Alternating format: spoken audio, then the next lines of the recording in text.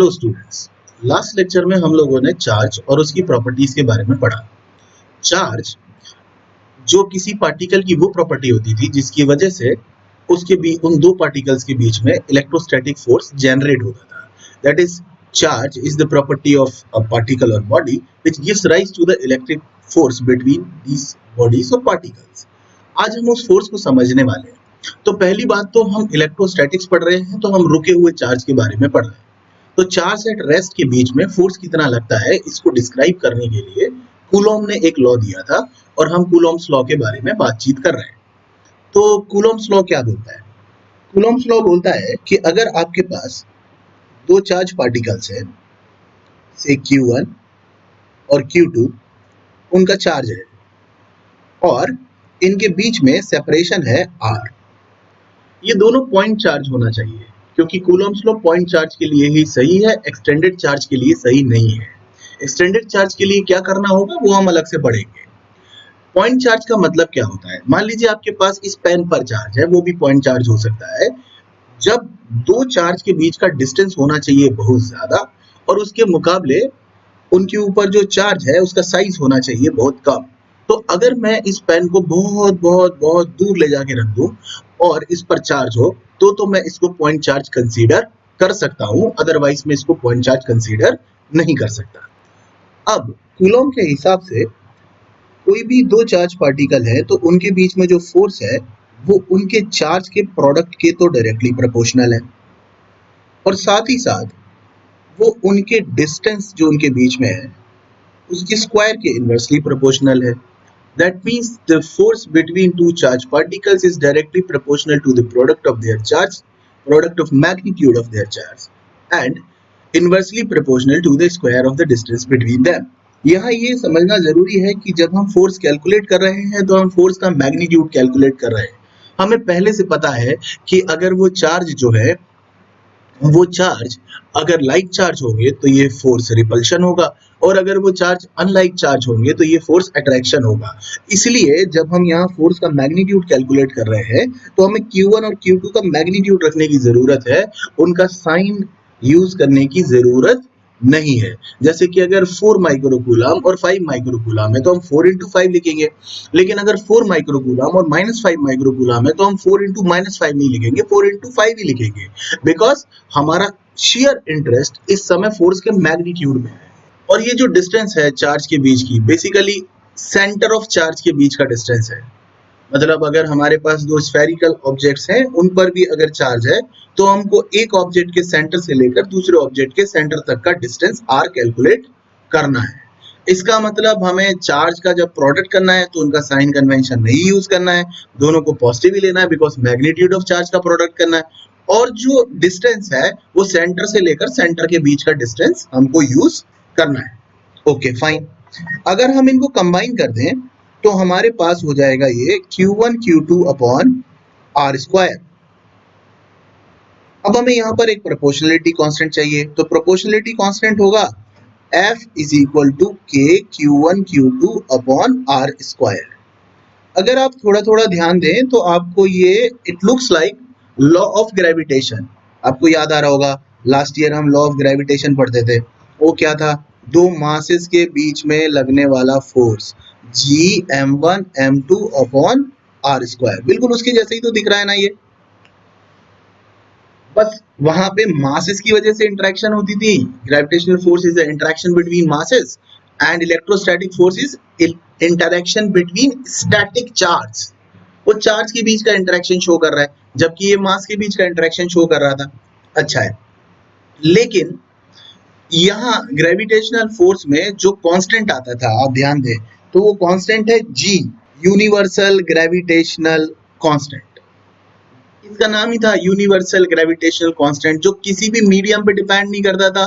भले ही वो दो मास कहीं भी रखे हो, पूरे यूनिवर्स में कहीं भी रखे हो, उनके बीच में इतना ही फोर्स लगेगा, चाहे उनके बीच में कोई भी मीडियम हो, हवा हो, पानी हो, वैक्यूम हो, कुछ भी हो, कोई प्रॉब्लम नहीं है, यही फोर्स लगेगा। लेकिन यहाँ ऐसा नहीं है। यहाँ ये जो कांस्टेंट है K, ये डिपेंड करता है मीडियम पर, जो चार्ज के बीच का मीडियम है उस पर डिपेंड करता है।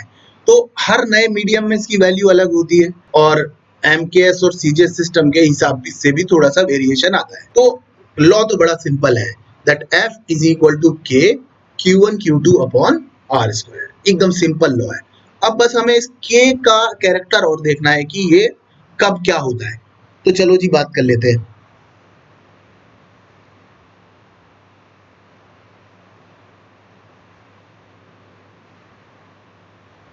तो अब हम बात कर रहे हैं इस के बारे में। सबसे पहले हम ले लेते हैं इन एयर और वैक्यूम। अगर हम एयर और वैक्यूम में बात करें तो एयर और वैक्यूम में के की वैल्यू होती है 1 upon 4 pi epsilon not. Experiment से निकाला होगा। एप्सिलॉन नॉट हम जानते ही हैं, permittivity of free space 8.85 into 10⁻⁻12 coulomb square पर न्यूटन मीटर स्क्वायर, जैसा कि मैं आपको बता ही चुका हूँ पिछले लेक्चर्स में। तो ये के की वैल्यू होगी 1 अपॉन 4 पाई एप्सिलॉन नॉट। अगर हम इसमें सारे न्यूमेरिकल वैल्यूज डाल दें तो इसकी आंसर आती है 9 इंटू 10⁻⁹। और क्योंकि 1 अपॉन 4 पाई की कोई यूनिट होगी नहीं और एप्सिलॉन नॉट की यूनिट थी कूलम स्क्वायर पर न्यूटन मीटर स्क्वायर, उसको पलट देंगे तो इसकी यूनिट हो जाएगी न्यूटन मीटर स्क्वायर पर कूलम स्क्वायर। अब ये जो के की वैल्यू है, अगर हम इसको उस एक्सप्रेशन में के की जगह इस्तेमाल कर लें तो हमारे पास एयर और वैक्यूम अगर मीडियम होगा दो चार्ज के बीच में तो उसकी आंसर आ जाएगी 1 upon 4 pi epsilon naught Q1 Q2 upon are square, या फिर एफ एयर बराबर हो गया 9 into 10⁻⁹ Q1 Q2 upon are square. तो अब हमें पूरी बात समझ में आ गई कि अगर हमारे पास एयर या वैक्यूम हो तो हमारा फॉर्मूला होगा के की जगह 9 इंटू 10⁻⁹ या 1 अपॉन 4 पाई एप्सिलॉन नॉट, और बाकी तो लॉ ऑफ ग्रेविटेशन जैसा है ही, वहाँ m1 m2 upon are square होता था, यहाँ पर Q1 Q2 upon are square होता है। क्योंकि ये अभी जो भी बात चल रही थी वो चल रही थी, इतनी बात जो भी मैंने की वो सब बात चल रही थी MKS सिस्टम में।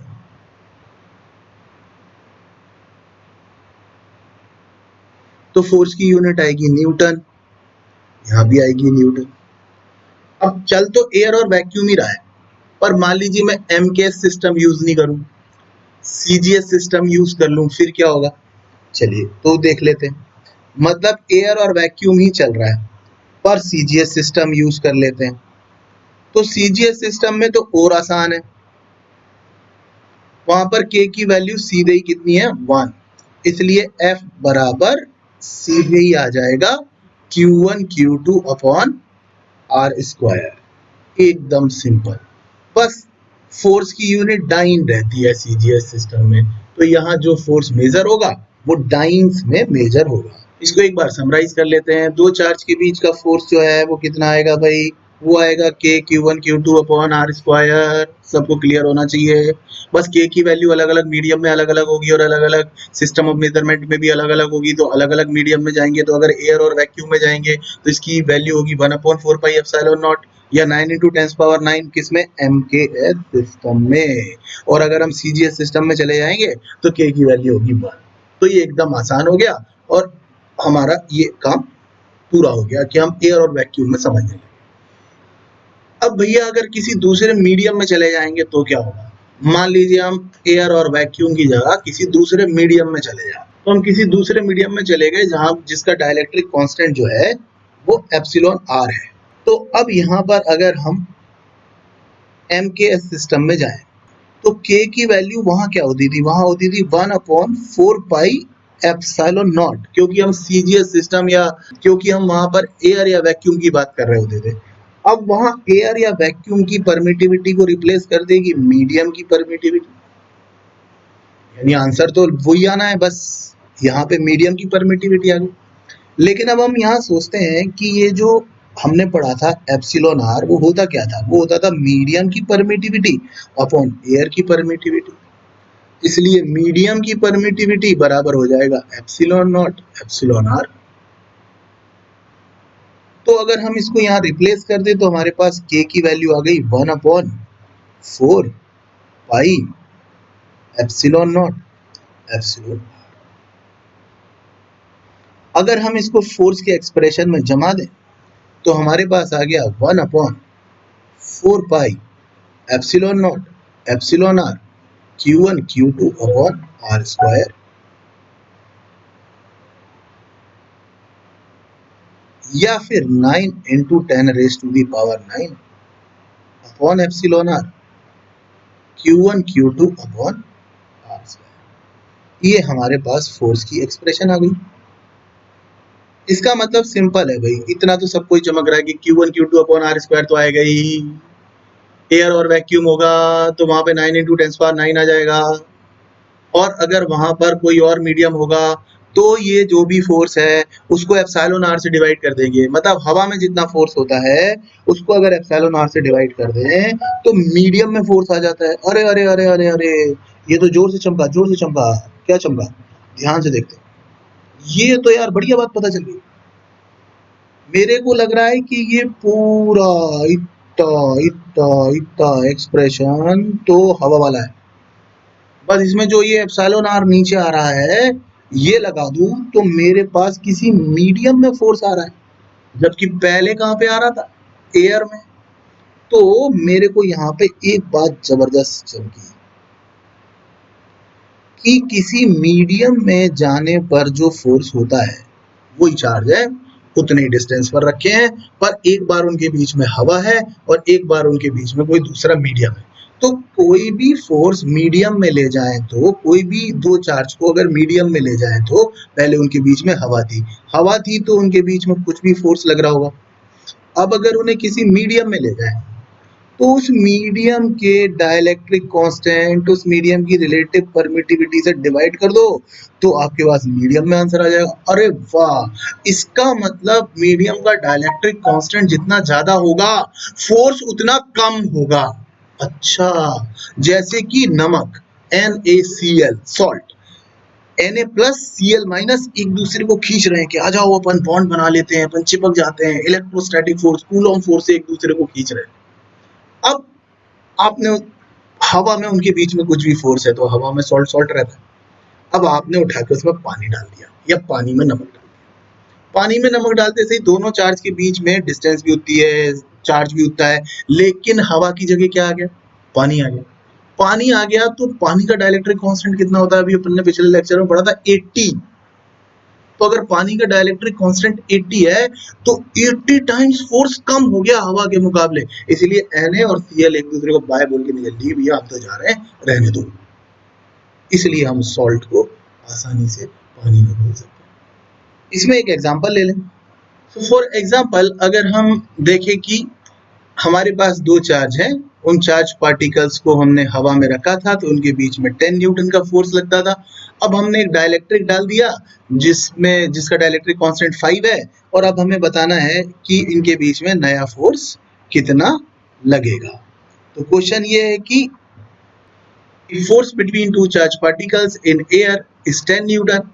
If medium between them is replaced by a dielectric of dielectric constant 5, then find out new force. अब इसको सॉल्व कैसे करें? भाई बड़ा सिंपल है। हम लोग जानते ही हैं कि किसी मीडियम में ले जाने पर हवा में जितना फोर्स था उसको उस मीडियम के डाइलेक्ट्रिक कांस्टेंट से डिवाइड कर दो तो इससे आंसर आ जाएगी। इसका मतलब हमारे पास 10 न्यूटन था, 5 से डिवाइड कर दिया तो मीडियम में जाने पर फोर्स हो जाएगा 2 न्यूटन, जबकि हवा में था हमारे पास 10 न्यूटन। अगली बात है कि अगर हम दो चार्ज पार्टिकल के बीच के पूरे रीजन को, पूरे इलाके को अगर हम मेटल से भर दें जिसका डाइलेक्ट्रिक कांस्टेंट इनफिनाइट होता है, तो अब क्या हो जाएगा? तो जब दो चार्ज के बीच में मेटल्स होंगे तो फिर वहां पर हवा में उनके बीच में जितना भी फोर्स था उसको मेटल के डाइलेक्ट्रिक कांस्टेंट मतलब इनफिनाइट से डिवाइड करना पड़ेगा और तब हमारे पास आंसर आ जाएगा 0। मतलब अगर हम चार्ज पार्टिकल्स के बीच में मेटेलिक मीडियम रख देते हैं, इनफिनाइट डाइलेक्ट्रिक कांस्टेंट का मीडियम रख देते हैं, तो हमारे पास कोई फोर्स ही जनरेट नहीं हो पाता। इलेक्ट्रोस्टैटिक वाला फोर्स जनरेट नहीं हो पाता। तो बच्चों हमने क्या सीखा? हमने सीखा जैसे जैसे डाइलेक्ट्रिक कांस्टेंट बढ़ेगा वैसे वैसे दो चार्ज पार्टिकल के बीच का फोर्स कम होगा। मैंने एक चार्ज पार्टिकल यहाँ पे रख लिया टिचेक, दूसरा यहाँ पे रख लिया टिचेक, इनके बीच की डिस्टेंस कर दी मैंने फिक्स, चार्ज की वैल्यू भी कर दी मैंने फिक्स। अब मैं सिर्फ इसमें डाइलेक्ट्रिक पढ़ा रहा हूँ, दोनों चार्ज के बीच का गैप भी फिक्स है, उनकी वैल्यू भी फिक्स है, मैं सिर्फ उसमें डाइलेक्ट्रिक बढ़ा रहा हूँ बढ़ा रहा हूँ बढ़ा रहा हूँ बढ़ा रहा हूँ, तो फोर्स कम हो रहा है कम हो रहा है कम हो रहा है कम हो रहा है। मैंने डाइलेक्ट्रिक कांस्टेंट डबल कर दिया, फोर्स हो जाएगा हाफ, डाइलेक्ट्रिक कांस्टेंट ट्रिपल कर दिया, फोर्स हो जाएगा 1/3। यानी मैं जितना डाइलेक्ट्रिक कांस्टेंट इंक्रीज करता जाऊंगा मीडियम का, उतना फोर्स डिक्रीज होता चला जाएगा। हवा के मुकाबले पानी का डाइलेक्ट्रिक कांस्टेंट 80 टाइम्स 81 टाइम्स ज्यादा है, तो फोर्स 81 टाइम्स कम हो जाएगा पानी में जाने पर चार्ज पार्टिकल्स के बीच में। इस तरह हमें डाइलेक्ट्रिक का इफेक्ट पता चल गया। अब हम इसमें और थोड़े से अच्छे लेवल वाले क्वेश्चंस पे बात करेंगे। So next question है कि medium between two charged particles is filled with dielectric of dielectric constant epsilon r. Now if dielectric is removed, then to obtain same force between them, find the relation between their distance in air and dielectric. इसका मतलब ये है कि हमारे पास दो charge particle थे, उनके बीच में पहले से कोई डाइलेक्ट्रिक भरा हुआ था जिसका डाइलेक्ट्रिक कांस्टेंट था एप्सिलॉन आर। अब हम चाहते हैं कि हम डाइलेक्ट्रिक तो निकाल लें, और डाइलेक्ट्रिक निकालेंगे तो फोर्स तो बढ़ जाएगा, इंक्रीज हो जाएगा, क्योंकि डाइलेक्ट्रिक डालने से तो फोर्स कम होता है। अब डाइलेक्ट्रिक डालेंगे तो फोर्स इंक्रीज हो जाएगा। अब हम चाहते हैं कि फोर्स उतना का उतना बना रहे पर बीच में से डाइलेक्ट्रिक हटा दें, हवा आ जाए। तो यार हमको उसको कॉम्पनसेट करना पड़ेगा डिस्टेंस बढ़ा के। तो हम कोशिश करते हैं रिलेशन निकालने की। समझिए कि हमारे पास ये चार्ज पार्टिकल थे दो, इस पर चार्ज रहा होगा Q1, इस पर रहा होगा Q2, इनके बीच का सेपरेशन रहा होगा R।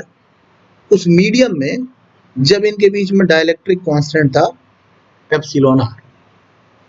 अब हमने क्या किया कि इन दोनों चार्ज के बीच में से डाइलेक्ट्रिक हटा दिया,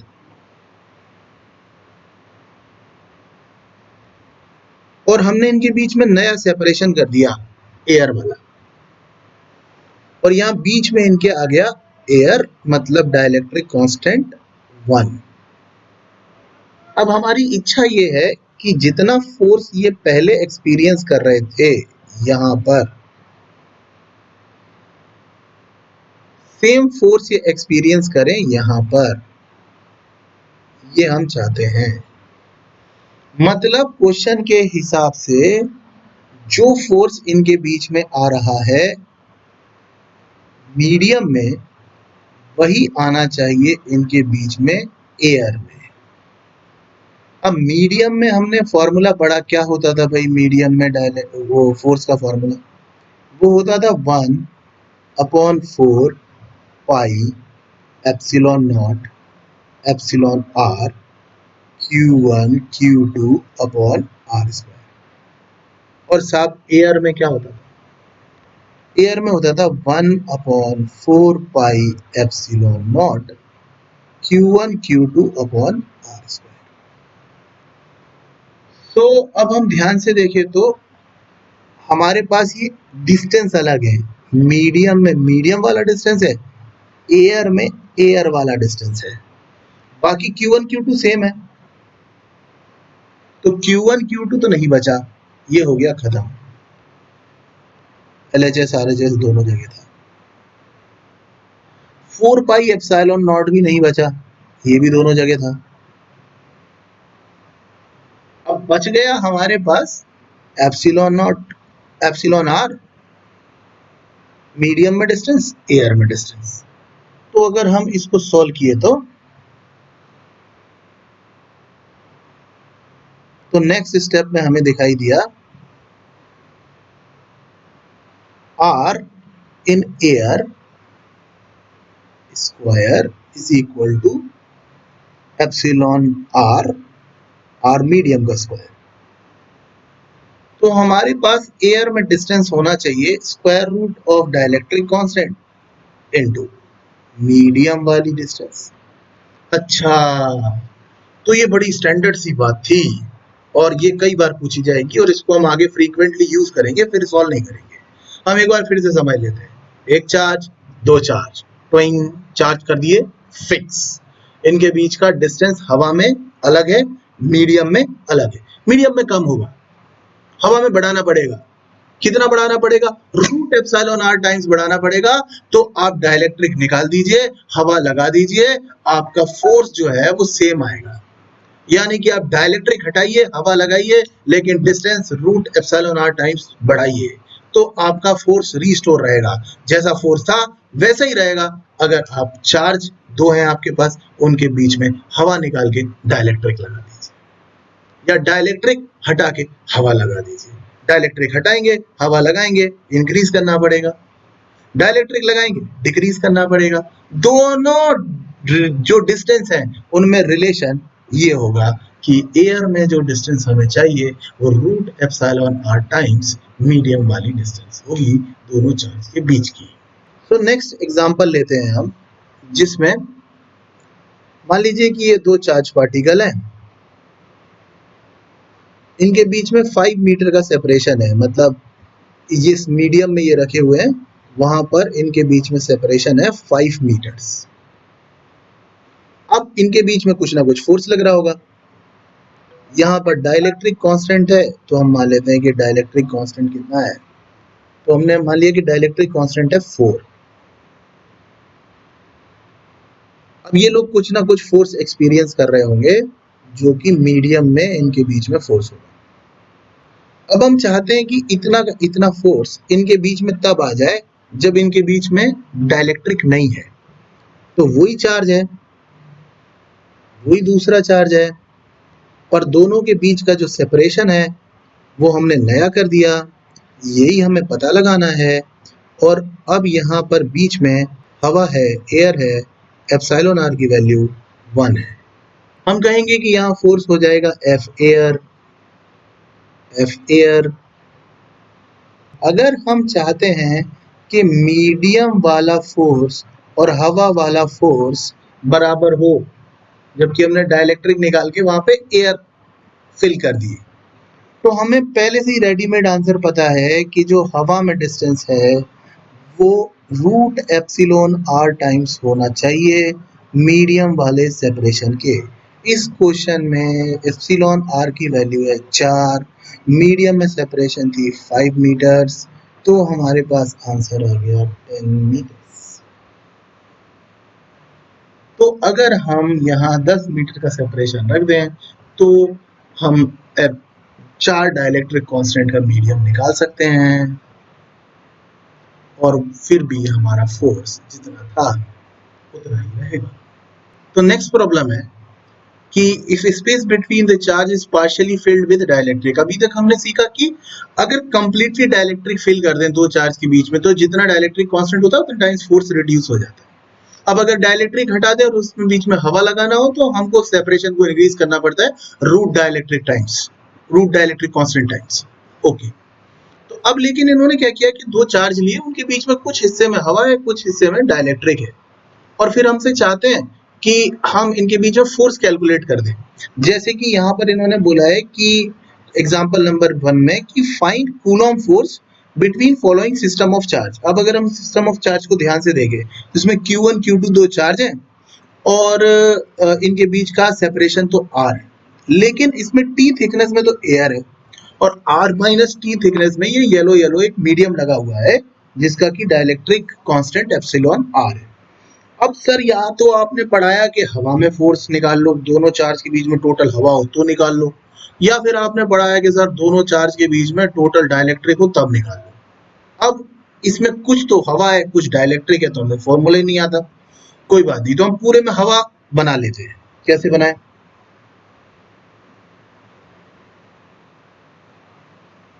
तो हम सोचते हैं कि ये Q1 चार्ज है और यहां से T थिकनेस तक एयर है। इससे मुझे भाई कोई प्रॉब्लम नहीं है, मैं फॉर्मूला जानता हूं।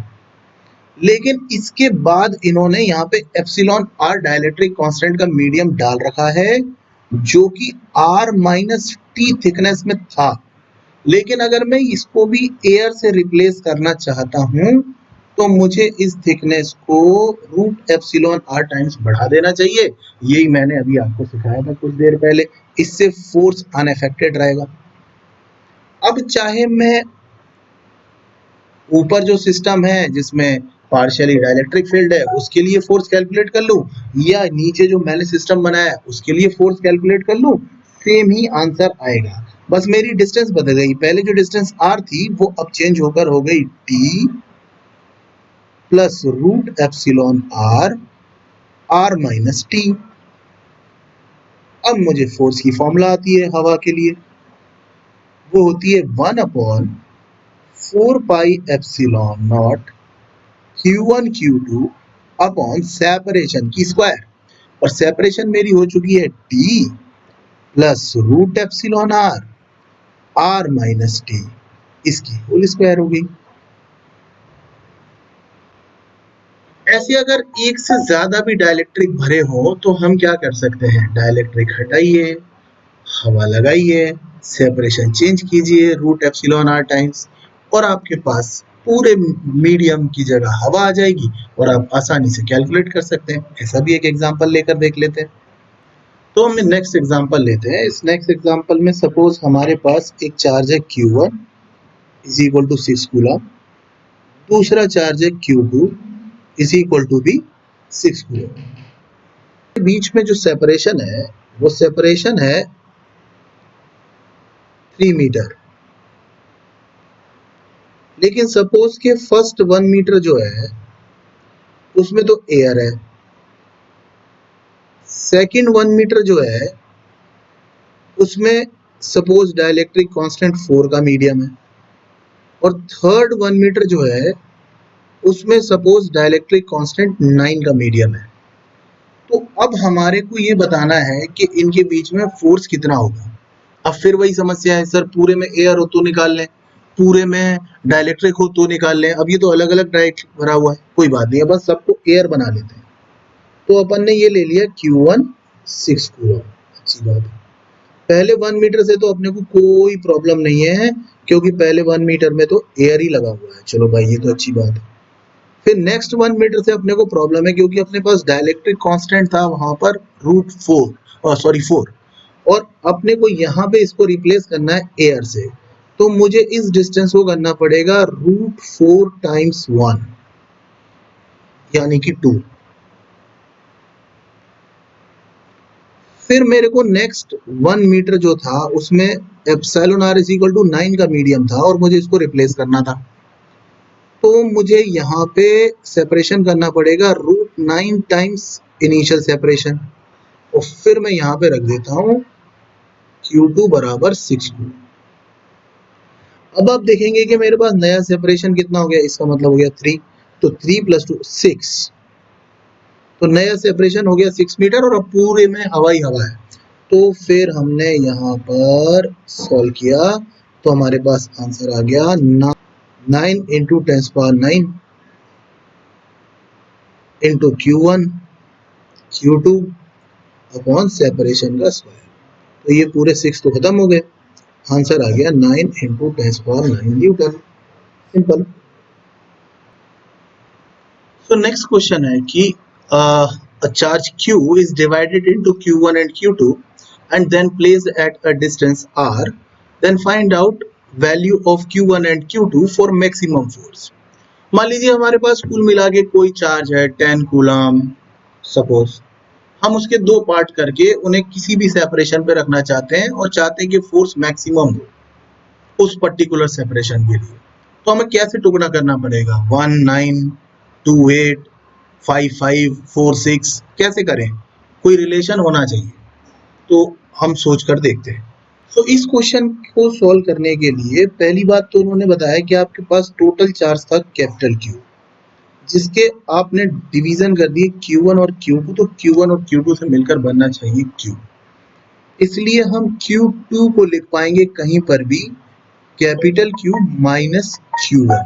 एक बात तो ये तय हो गई। अब मान लीजिए हमारे पास इधर तो रखा हुआ है Q1, तो सामने हमारे पास रखा हुआ होगा Q2, जिसका मतलब होगा Q माइनस Q1, और इनके बीच की सेपरेशन होगी R।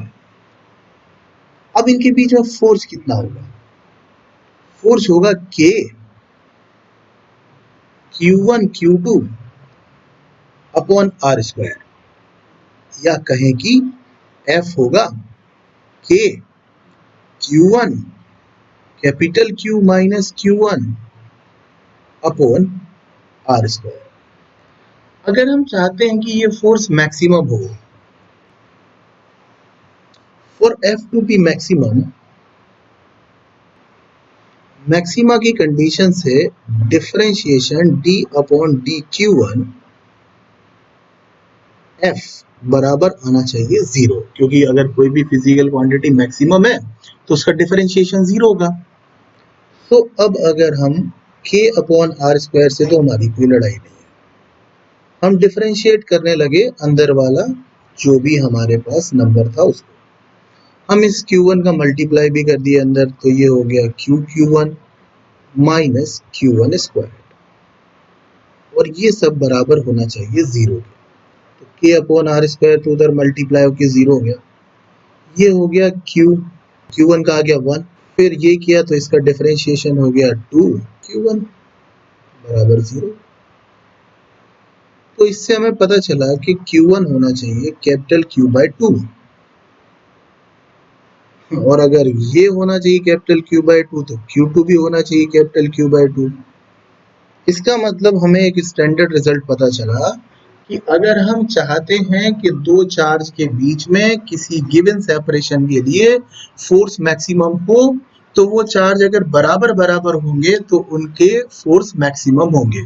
इसको हम दूसरे तरीके से भी सोच सकते थे, फोर्स ना चार्ज के प्रोडक्ट पे डिपेंड करता है। तो मान लो हमें 10 कूलम चार्ज को दो पार्ट में करना है, तो जिसके लिए Q1 इंटू Q2 मैक्सिमम होगा, उस नंबर के लिए फोर्स मैक्सिमम होगा। मान लो मैं 10 को डिवाइड करता हूँ 1 और 9 में, तो 9 इंटू 1 9 आएगा, लेकिन 2 और 8 में करता हूँ तो 2 इंटू 8 16 आएगा।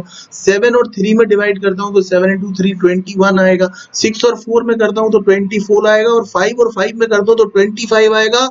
इससे बड़ा नंबर कभी नहीं आएगा। इसलिए अगर मेरे पास एक सैंपल ऑफ चार्ज है और मैं उसको दो पार्ट में डिवाइड करके और उनका प्रोडक्ट करता हूँ और वो दोनों पार्ट इक्वल होते हैं तो उनका प्रोडक्ट मैक्सिमम आता है। इसलिए अगर कभी भी कोई हमसे पूछता है कि हमारे पास नेट चार्ज इतना है, इसके किस रेशो में टुकड़े करें ताकि मैक्सिमम फोर्स आए, तो 1:1 में टुकड़े करें, यानी वो दोनों चार्ज होना चाहिए। सो नेक्स्ट क्वेश्चन है कि find out force between point charge Q and a rod having charge capital Q and length L placed as shown in figure, जो कि फिगर में आपको दिखाया हुआ है। और दो कंडीशंस दी हैं कि जब R L के कंपेरेबल हो और जब R L से बहुत बड़ा हो। ये क्वेश्चन बहुत अच्छा क्वेश्चन है, ये हमें पॉइंट चार्ज और एक्सटेंडेड चार्ज में डिफरेंस बताता है। देखिए, अगर इन्होंने बना के दिया कि हमारे पास एक पॉइंट चार्ज है, हम इसके सॉल्यूशन की बात करते हैं। मान लीजिए कि हम इसको सॉल्व करते हैं, तो यहाँ पर हमारे पास ये एक पॉइंट चार्ज है प्लस Q। अगर इसके सामने दूसरा पॉइंट चार्ज होता तो हम इसमें कूलॉम्स लॉ तुरंत लगा देते। अगर r डिस्टेंस पर एक दूसरा पॉइंट चार्ज हो तो हमें कतई कोई परेशानी नहीं है। पर अब इन्होंने पॉइंट चार्ज नहीं देकर ऐसा एक एक्सटेंडेड चार्ज दे दिया है। इन्होंने बोला ये रॉड है जिसकी लेंथ L है और इस पर चार्ज है, और चार्ज इस पर कुल मिलाकर कैपिटल Q है, जो इसमें पूरे में ही फैला हुआ होगा। यहाँ भी चार्ज होगा, यहाँ भी चार्ज होगा, यहाँ भी होगा, यहाँ भी होगा, यहाँ भी होगा, यहाँ भी होगा, यहाँ भी होगा, यहाँ भी होगा, यहाँ भी होगा, यहाँ भी होगा, यहाँ भी होगा, यहाँ भी होगा, यहाँ भी होगा, यहाँ ऐसे पूरे में फैल रहा होगा। तो इसमें पूरे में चार्ज जो है होगा, चारों तरफ होगा, इसमें चार्ज हर जगह पर चार्ज होगा। तो अब इसको हम पॉइंट चार्ज तो नहीं मान सकते, तो अब हम इसे कैसे सॉल्व करें? इसको सॉल्व करने के लिए हमको एक बहुत ही छोटा सा एलिमेंट लेना पड़ेगा इस रॉड का। मान लीजिए मैंने ये एक छोटा एलिमेंट ले लिया इस रॉड का, जिसकी लेंथ जो है वो dx है और इसकी चार्ज से डिस्टेंस, पॉइंट चार्ज से डिस्टेंस x है, और इस एलिमेंट की खुद की थिकनेस dx। तो मैं इस एलिमेंट को पॉइंट चार्ज कंसीडर कर सकता हूं। तो सबसे पहले तो मैं निकालूं charge on element of length dx, उस पर छोटा सा चार्ज आएगा dq। अब मुझे सोचना होगा कि पूरी रॉड पर कितना चार्ज था, कैपिटल Q, तो उसकी यूनिट लेंथ में कितना आएगा, कैपिटल Q बाय L, और मैं इसको मल्टीप्लाई कर दूं उस छोटे से एलिमेंट की लेंथ से, तो अब मेरे पास ये छोटा सा चार्ज आ गया जिसको मैं पॉइंट चार्ज मान सकता हूं। अब मैं निकाल सकता हूं force between point charge Q and that charge element dq। इनके बीच में जो छोटा सा फोर्स आएगा वो आएगा मेरे पास k q1 q2 upon r square, उसकी जगह x स्क्वायर आएगा। इसका मतलब ये छोटा सा फोर्स मेरे पास हो जाएगा k q, dq की जगह क्या लिख सकता हूं मैं, उसकी जगह लिख सकता हूं मैं कैपिटल Q, L को नीचे लिख देंगे x स्क्वायर और ये dx। अब अगर मैं इसमें छांटूं कि वेरिएबल कौन है, तो जो देखिए k है वो कांस्टेंट है, स्मॉल q कांस्टेंट है, कैपिटल Q कांस्टेंट है, L भी कांस्टेंट है। वेरिएबल बचा मेरा x और मेरे पास dx है, तो मैं इसको इंटीग्रेट कर सकता हूं विद इन प्रॉपर लिमिट्स। तो अगर मुझे टोटल फोर्स चाहिए, तो मुझे इंटीग्रेट करना चाहिए इस df को सबसे छोटी डिस्टेंस से सबसे छोटी बड़ी x की वैल्यू के लिए, x की सबसे छोटी से x की सबसे बड़ी वैल्यू के लिए। x की सबसे छोटी वैल्यू है मेरे पास r और x की सबसे बड़ी वैल्यू है मेरे पास r प्लस l। इस तरह ये हो गया मेरे पास k small q capital Q upon l, इससे मेरी कोई लड़ाई नहीं है।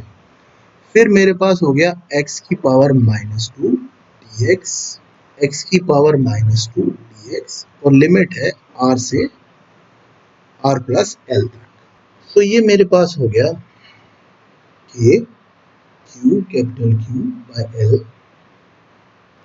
x raise to the power -1 upon -1, इसका integration r plus l।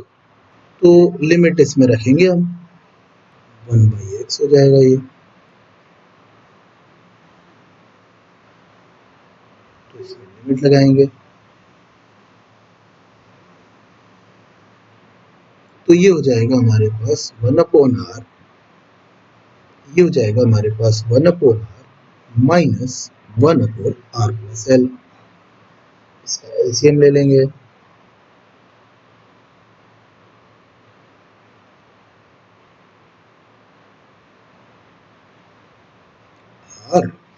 r plus l जाएगा r plus l minus r, तो r खत्म हो जाएगा। तो हमारे पास आ जाएगा k q capital Q l, तो ये upon l r plus l, यहां से l भी कैंसिल आउट हो जाएगा, तो फाइनल आंसर आ जाएगा हमारे पास k small q capital Q upon r plus l। तो ये आंसर तो तब आ गया जब r और l कॉम्पेरेबल है, लेकिन अगर r और l कॉम्पेरेबल नहीं होते तो मान लीजिए जो दूसरे पार्ट में लिखा है कि अगर r बहुत बहुत बहुत बड़ा है l से, तो हम r प्लस l को लगभग r लिख सकते हैं और उस समय f बराबर हो जाएगा k q q upon r square. हे भगवान, ये तो फॉर्मूला था पॉइंट चार्ज के लिए, वही कूलॉम्स लॉ। इसका मतलब अगर यही रॉड अगर बहुत डिस्टेंस पर ले जाकर रख दी जाए और फिर हमसे बोला जाए कि इनके बीच में फोर्स निकालो, तो हम इनको पॉइंट चार्ज की तरह डील कर सकते हैं। लेकिन अगर वो पास में ही रखी है तो पहले हमें उसके एलिमेंट पर छोटा सा चार्ज निकालना पड़ेगा, दोनों के लिए छोटा फोर्स निकालना पड़ेगा, फिर उसको with in proper limits integrate करना पड़ेगा, तब हम कैलकुलेट कर सकते हैं दोनों के बीच में लगने वाला फोर्स। सो अब हम देख रहे हैं next ratio of electrostatic force and gravitational force between two particles. हम कैलकुलेट क्या कर रहे हैं, इसमें हम कैलकुलेट कर रहे हैं इलेक्ट्रोस्टैटिक्स और ग्रेविटेशनल फोर्स का रेशियो, यानी कि Q1 Q2 upon r square का ratio G m1 m2 upon are square के साथ, तो आर स्क्वायर तो कैंसिल हो जाएगा, तो हम k q1 q2 और g m1 m2 का रेशो निकालना है। सो इसमें आप वेरियस पार्टिकल्स के चार्ज और मास और k और g की वैल्यू पुट करके कैलकुलेट कर सकते हैं। अब कुछ स्टैंडर्ड जो सॉल्यूशंस हैं वो हमें याद ही रख लेना चाहिए, जैसे कि एग्जाम में बहुत बार पूछा गया बिटवीन टू प्रोटॉन्स, दो प्रोटॉन ले लिए किसी भी डिस्टेंस पर रखे हुए हैं, उनके इलेक्ट्रोस्टैटिक फोर्स और ग्रेविटेशनल फोर्स के बीच का रेशो निकाल रहे हैं, तो वो हमेशा आता है 10⁻36 के ऑर्डर का। अगर आप निकाल रहे हैं बिटवीन इलेक्ट्रॉन एंड प्रोटॉन तो ये रेशो आता है 10⁻39 के ऑर्डर का। और अगर आप कैलकुलेट कर रहे हैं बिटवीन इलेक्ट्रॉन एंड इलेक्ट्रॉन तो ये रेशो आता है 10⁻42 की रेशो। सो ये स्टैंडर्ड वैल्यूज हैं जो हमको याद रखना चाहिए। तो स्टूडेंट्स अब नेक्स्ट हमारा टॉपिक है Coulomb's law in vector form. हम कूलॉम्स लॉ को वेक्टर फॉर्म में लिखना चाहते हैं, मतलब फोर्स है तो उसको वेक्टर्स में लिखेंगे ही लिखेंगे। अब सोचना है कि फोर्स क्या होता है। फोर्स होता है, अगर वेक्टर्स में लिखना है तो एक तो हमें चाहिए फोर्स का मैग्नीट्यूड और एक उसकी चाहिए यूनिट वेक्टर यानी उसकी डायरेक्शन। इन दोनों को मल्टीप्लाई कर दे तो हमारे पास फोर्स का वेक्टर फॉर्म आ जाएगा। अब हम सोचते हैं कि स्पेस में एक चार्ज q1 है हमारे पास और दूसरा चार्ज q2 है हमारे पास, ये ओरिजिन है। सपोज q1 का पोजीशन वेक्टर है r1 वेक्टर और q2 का पोजीशन वेक्टर है r2 वेक्टर, और यहाँ से यहाँ तक q1 और q2 के बीच का सेपरेशन है r। लेकिन अगर हम 1 से 2 की तरफ जाएंगे तो हम इसे लिखेंगे r12 वेक्टर, और अगर हम 2 से 1 की तरफ आएंगे तो हम इसे लिखेंगे r21 वेक्टर। अब यहाँ r12 वेक्टर हो या r21 वेक्टर हो, मैग्नीट्यूड तो दोनों का सेम है और वो r है जो कि q1 से लेकर q2 के बीच का टेम्परेचर है।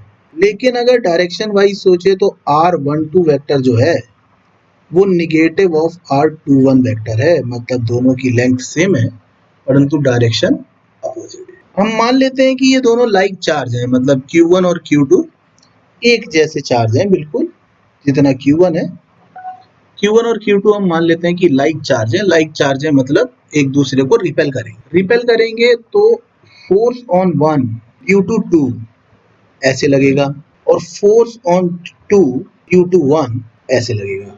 अब अगर हम कैलकुलेट करें force on one due to two vector form में लिखना चाहते हैं तो सबसे पहले तो हमें इसका मैग्नीट्यूड लिखना पड़ेगा। मैग्नीट्यूड हमने पढ़ा था होता है k q1 q2 upon distance का स्क्वायर। अब f12 वेक्टर की डायरेक्शन क्या है, वो है 2 से 1 की तरफ, तो हम जो वेक्टर लेंगे डिस्टेंस वाला, जो डिस्प्लेसमेंट वेक्टर लेंगे वो लेंगे हम 2 से 1 की तरफ, तो हमें लिखना पड़ेगा r21 वेक्टर के मैग्नीट्यूड का स्क्वायर। भाई हम लिखना तो आर स्क्वायर ही चाहते थे, लेकिन अगर हम डायरेक्शन वाइज देखें तो r21 वेक्टर सही डायरेक्शन पकड़ रहा है q2 से लेके q1 की तरफ, और साथ ही यहाँ पे लिखना पड़ेगा हमें इसकी डायरेक्शन जो होगी 2 से, साथ ही हमें यहाँ लिखना पड़ेगी इसकी डायरेक्शन जो होगी 2 से लेकर 1 तक की डायरेक्शन। लेकिन हमने लास्ट ईयर ही पढ़ रखा है कि यूनिट वेक्टर को हम कैसे लिखते हैं, हम लिखते हैं वेक्टर अपॉन उसका मैग्नीट्यूड, इसलिए f12 वेक्टर बराबर आ जाएगा k q1 q2 upon r21 vector के मैग्नीट्यूड का square into r21 vector upon r21 vector का मैग्नीट्यूड। अगर हम इनको मल्टीप्लाई कर लें तो f12 वेक्टर बराबर हमारे पास हो जाएगा k q1 q2 upon r21 vector के मैग्नीट्यूड का क्यूब और r, ये हमारे पास वेक्टर फॉर्म में force on one due to two आ गया। अब आप सोचिए अगर हम निकालना चाहते हैं force on two due to one तो उसकी डायरेक्शन जस्ट अपोजिट होगी, उसमें भी k आएगा q1 आएगा q2 आएगा, बस जो r21 आ रहा है जो कि force on one due to two की डायरेक्शन को बता रहा है, जो r21 आ रहा है जो force on one due to two की डायरेक्शन को बता रहा है, उसकी बजाय हमारे पास आ जाएगा r12। तो अगर हम f21 वेक्टर लिखें जिसकी डायरेक्शन इसकी अपोजिट है, k तो उसमें भी आएगा, q1 तो उसमें भी आएगा, q2 तो उसमें भी आएगा, बस डायरेक्शन अपोजिट आएगी तो यहाँ 1 2 हो जाएगा, यहाँ 1 2 हो जाएगा। लेकिन हम R12 वेक्टर को क्या लिख सकते हैं, हम R12 वेक्टर को लिख सकते हैं माइनस R21 वेक्टर। तो इस वजह से F21 वेक्टर को हम लिख सकते हैं K Q1 Q2 upon R। नीचे 1 2 लिखो या 2 1 लिखो, उसके ऊपर मोड लग रहा है, कोई दिक्कत नहीं है। इस 1 2 की जगह अगर 2 1 लिखना है, इस 1 2 की जगह अगर 2 1 लिखना है तो यहाँ पर आगे माइनस आ जाएगा। हे भगवान, ये क्या हुआ, ये हो जाएगा माइनस F12 वेक्टर। तो F21 बराबर हो जाएगा माइनस F12। अरे वाह, इसका मतलब ये तो थर्ड लॉ था। So it obeys Newton's third law of motion. वैसे भी अगर कोई रियल फोर्स है तो उसको थर्ड लॉ ऑफ मोशन को फॉलो करना ही पड़ेगा।